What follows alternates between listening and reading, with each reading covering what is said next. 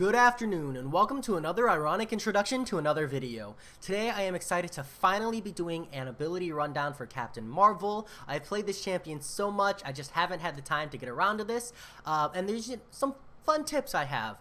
So that said, if you're someone who's just like, I already know what the abilities do, give me the tips, use the description below for timestamps if you want to skip like abilities or you want to skip synergies. But for those of you who want the full rundown, let me dive right in. So binary durability is her awakened ability.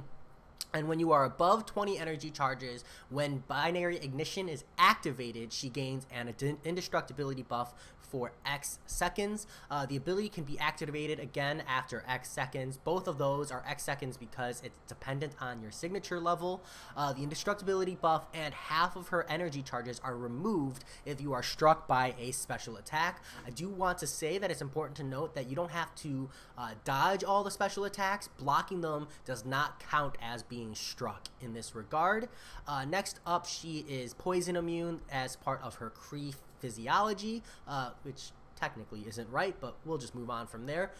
Super strength, landing a hit or hitting into a block with a light medium attack or light or medium attack has a 15% chance to inflict armor break for 7 seconds. Intercepting an opponent's dash attack has a 100% chance to inflict armor break, and striking with a heavy attack while the opponent is charging or executing a heavy attack removes all armor up effects and inflicts stun for 2.5 seconds. I want to point out that that is most notably a Iron Man Infinity War counter, but is an absolute blast to do against anyone who you can punish for like really long heavy attacks, Corvus Glaive, Void. I can't think of any other options right now, but there are plenty. Energy absorption. Captain Marvel gains persistent energy charges by blocking physical attacks and when struck by energy attacks. Any energy charges that Captain Marvel ends a fight with persist between fight with a maximum of 25. Well-timed blocks generate an additional charge, so essentially 1 charge for blocking, 1 charge for getting hit by an energy attack, and 2 charge for a well-timed block. All parries count. Even if it's not a parry stun. At the start of the fight, Captain Marvel gains 2% of max power for each energy charge she has, which, be mindful. Essentially, if you have more than 16 or 17, you start with a bar of power, and if you have 25, you have 1.5 bars of power. Be mindful that she does suffer additional damage when energy charges are generated by the effects of Mystic Champions. One example of this would be like Ebony Maw. His attacks are energy attacks, so all of his attacks would do more damage against Captain Marvel. Binary ignition, while at 10 energy charges or over, dashing back and holding block for 1.2 seconds or being knocked down purifies all debuffs and pushes Captain Marvel into binary ignition.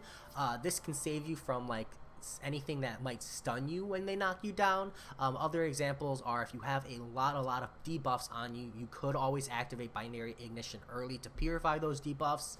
Say like you're trying to get rid of a heal block for some reason. That is an option, but do keep in mind that you do lose out on a little bit of fury, and you have less energy charges for a lower duration binary ignition. In binary ignition, Captain Marvel does not generate energy charges and each one lasts 1.2 seconds. She gains a permanent fury buff, increasing attack by X for every 5 stacks of energy charges, so you have a cap of 5 fury charges there, or 5 fury buffs there. And when your energy charges falls to 0, they are all removed. Damaging energy debuffs increase the duration of energy charges by 1 second. So you've got Shock and Incinerate are 2 examples of energy damaging debuffs. And the chance to inflict armor break with a light or medium attack increases to 60%. Deal an additional 30% of damage dealt as a burst of energy damage when striking an opponent with an armor break debuff. So essentially, before you use any specials and stuff, you want to make sure that you get at least 1 armor break on the opponent, and landing a heavy attack while in binary ignition generates 3 energy charges. Your special one generates 3 charges, and the beam is true damage. All her beams are true damage for the record. And in binary ignition, beam attacks are unblockable, but instead consumes 2 charges. Special attack 2 has a 100% chance to stun for 2 seconds. If you're in binary ignition, it's 3.5 seconds. More on that in a moment. And the energy beams in this attack deal true damage. In binary ignition, they are unblockable and expends 4 energy charges. The special 3 generates 10 energy charges, and you gain a power gain buff generating 40% of max power over 10 seconds. So that is the ability rundown. I will stick a timestamp in the description here for anybody who wants to skip through that. As far as synergies go, this list here doesn't show 2. They're not super relevant, but I want to use Aunt Mai instead, just for the fact that I can get all of the synergies here. So let me pop over there and I will zoom in here for you. So first up we have Kamala Khan. So Captain Marvel's Fury buffs and binary ignition have a 10% increased potency. So this is when she's max rank, max level, you get 750 attack per Fury, so you would get 75 bonus attack per Fury, which is actually a really sizable amount of attack when you consider, you know, her base attack rating. So 75 times 5 is 125 less than, so it's 375 attack, and that's a pretty solid amount of attack. That's more than 10% of an attack boosting, so that is better than the mutant synergies. Do be mindful of that. I just don't know if it's necessarily worth ranking up Kamala Khan in order to run as a synergy, but if you have any kind of a quest where Captain Marvel is your only agent for clearing the quest, this is something bear in mind. It's a lot of extra damage once you hit binary ignition. Then you have Marvelous here. Blocking energy-based attacks grants 2% of max power. This isn't really that great, but there might be uses. I don't want to like write it off. I just can't think of anything that makes this beneficial or worth running 2 champions that you don't really want in your party, but it's there. Be mindful that if there are a lot of energy based attacks, that this is an option for quick power gain. Partners in Shield. This one is absolutely necessary, I believe, for running Captain Marvel, and it is each energy charge lasts an additional 1 second while in binary ignition. Nick Fury gets the same thing for tactical advantage. And what this does is it increases the duration of all of your charges by 86.67%, you know, ad infinitum. And what that does is it essentially gives you time if you want to do like parry heavy spam to build up charges. You can generate charges faster than you're losing them, but also just like in the standard play of the fight, you'll have a lot of fights that you'll end with 21 or 19 binary ignition charges, because you'll essentially go binary ignition, combo special 2, and the opponent will die. And so you'll have a lot of charges to carry over. Stolen memories here. Captain Marvel, when entering binary ignition, becomes unstoppable for 4 seconds. It's not really the most important, but I think Rogue definitely comes out ahead here, where she deals an additional 15% of damage as energy damage for each of her physical attacks. Not relevant to Captain Marvel, but something nice to know if you want to use Rogue as a main driver. And then contingency plan. All champions, if Nick is alive, all Fury buffs have 20% increased duration, including his own. This doesn't help Captain Marvel at all, because her Fury buffs are permanent, but do be mindful that that is there if you want to run Nick Fury, Captain Marvel, plus a Fury-based champion. And then last hope here with Ronin. Captain Marvel's intercepting attacks have a plus 150 critical rating. So those are the synergies, and I will put another timestamp here for anybody who wants to skip synergies. And so at this point, I'm going to go straight into tips.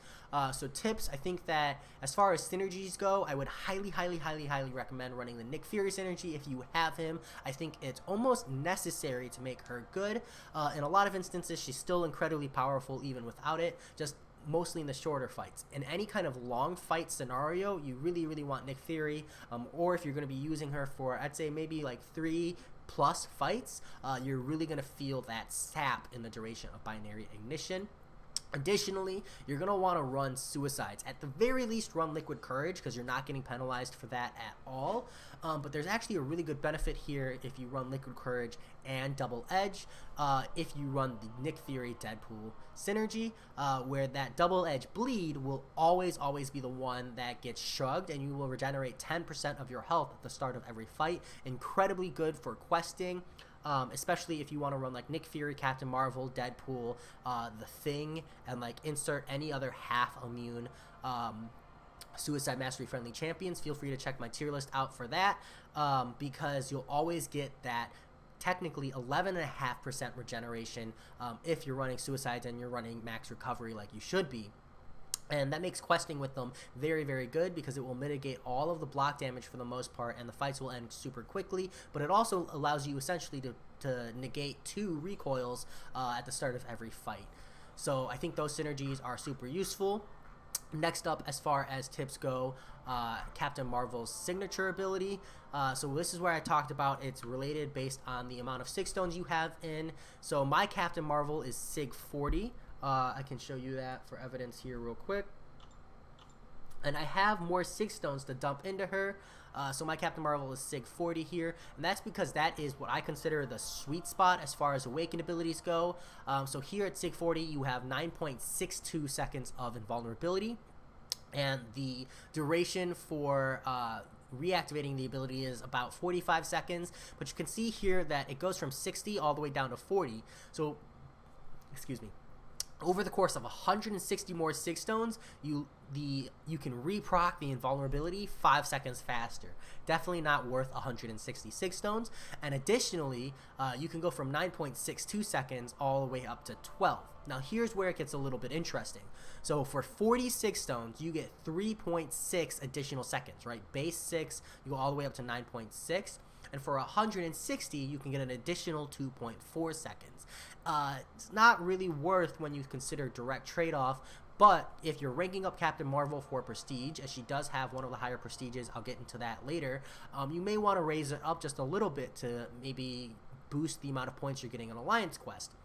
If you're trying to be efficient, I would say maybe you could go all the way up to 100 or so, maybe 120 even, to get yourself up to that 11-second mark. You do at that point get about a 1.5 second increase, but from there, the next 100 Sig Stones is just 1 more second, and it's really, really, really not worth it.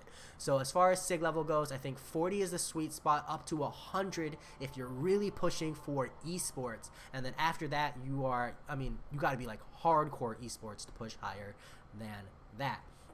So that is Captain Marvel as far as Sig abilities go. As far as play styles, I want to make some comments saying that I do think suicides are incredibly suggestive. Even if you're not running Nick Fury Deadpool X-Force, just the fact that she is half suicide immune and you get at least a 6-second invulnerability when you enter binary ignition above 20 charges, that's mitigating recoil, and the fights are almost always essentially going to go binary ignition special 2, unless you're on a beefier fight, in which case Captain Marvel doesn't really shine to begin with because she's not really great in those long fight scenarios. She's a very high burst champion who just wants to kind of blow people up with one special. So that being said, in short fights, when let's say you're at the very first fight, right? If you're short fights, you want to use a special 1 to build up binary ignition charges. Keep in mind that if you kill them with the laser, or beam, that you won't get the +3 from this generates 3 energy charges. The 3 energy charges don't generate until you actually throw the beam out, and then she rises into the air to do the second half of the special animation. And then also a special 3 in longer fights, if you know that the special 3 won't kill them. The special 3 adds 10 charges, which is very good. And then in all fights, essentially it goes binary ignition, special 2 for big damage.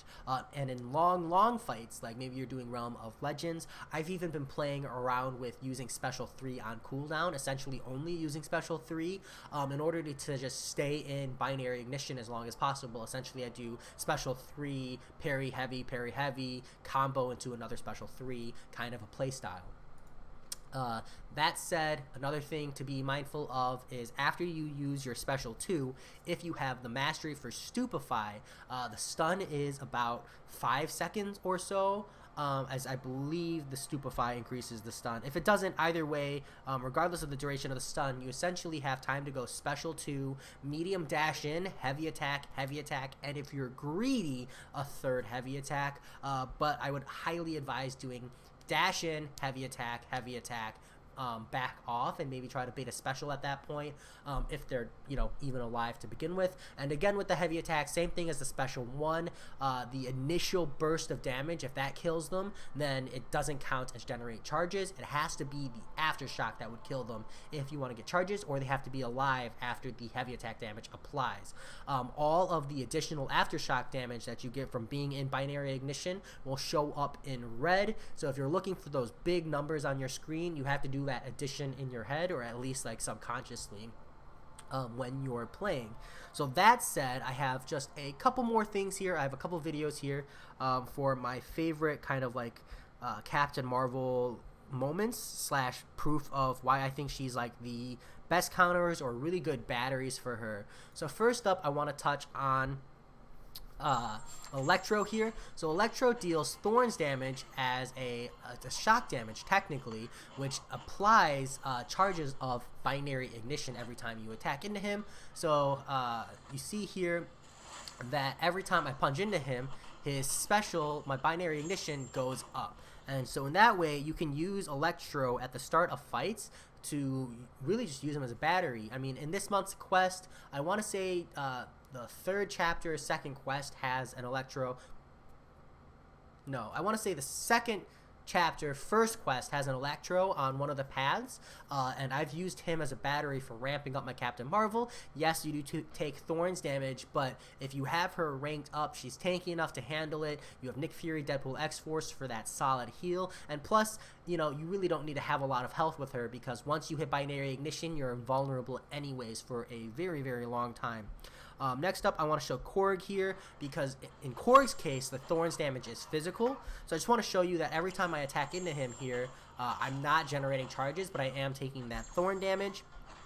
She is not a counter to Thorns. She is a counter to Electro-style Thorns. Do keep in mind that I'm pretty sure this works with Psychic Thorns, as I believe Psychic Thorns, the node, does deal energy damage. Unfortunately, I'm not in a war where I can take a Psychic Thorns path, and I wouldn't really risk that with my alliance, but I do know she is a very good counter to Psychic Thorns if you have her, and if you're bold enough to take that path. Do be mindful that in war, taking that extra damage is a little bit riskier, but you know, it's an option. And then finally here, I have her as a counter to Iron Man Infinity War. So first up is that heavy attack counter. So you see here against Iron Man Infinity War that he had an armor up buff. I heavy attack countered his heavy. He's a very long heavy, so you can easily do it. Void also has a really long one that you can counter very easily. There are others. Again, I'm just drawing a blank. I apologize. You get this solid stun where you can punch into him and really do a lot of work. And this works for same if you're like fighting an Iron Man Infinity in war. Iron Man Infinity War in war, lots of doubles there. Let's say you got him under 15%, he gets those big shields, you could just use her heavy to counter his heavy, and it will remove all of the armor ups. It's incredibly awesome, and it's a very, very good time. Do be mindful that when I play against Iron Man Infinity War, I like to dodge back twice, and I'll show you here in this next clip why I prefer to. So you see here, I only dodge back once, and then I go for the heavy, and you actually get punished instead. If you have incredibly good reaction time or are very quick, you can actually parry the repulsor, wait for him to activate his heavy, dodge back once, and then heavy intercept. It is possible. I've done it. It's just a lot more risky and something you got to really be confident in your speed. I'm not a good enough player to do that. So moving up next here, I take this shock damage on purpose, and you can see the shock damage is actually ticking my binary ignition up. He hits me, and the binary ignition activates, and so I punch into him. I just want to show this fight out. I don't play it very clean just because for some reason I always freeze up on video. I get a sweet stun here. I get the armor break, so I decide to keep punching into him. Armor's there, so I don't want to punch into him anymore. I'm just kind of holding off, seeing if I can't get a heavy counter. Heavy counter here, he's stunned, so I go in, I hit him twice, but he's still got an armor up, so I don't want to keep comboing into him so he doesn't parry me. I'm playing poorly, but at least the logic is there. At this point, I could have special 3 to end the fight, but I don't, just because I want to get more examples out here. I didn't get an armor break there on the first hit, so I stopped immediately. And then I move on into this next one. I get an armor break here, so I end the fight. And that is the Iron Man Infinity War takedown. Captain Marvel is an absolute tank for taking him down. It's a great time. That said, I don't think I have anything else. Let me do a quick check here. Sorry, that's Vera on the background. My apologies for this moment here. Nope, that's it. One more thing is the fact that incinerates are the same as shocks as far as dealing energy damage. So incinerate, shock, those both build up binary ignition charges. So there's a node, I want to say it's Icarus, that inflicts an incinerate on you, and yes, it kills you very, very quickly, but let's say you've already built up some binary ignitions. Icarus might push you up to 25 if you're dealing with that node, and it's an absolutely great time, especially once you're indestructible and it doesn't matter that you have those incinerates on you. That said, this video has taken longer than I thought it would. It always does, but I will talk to you later.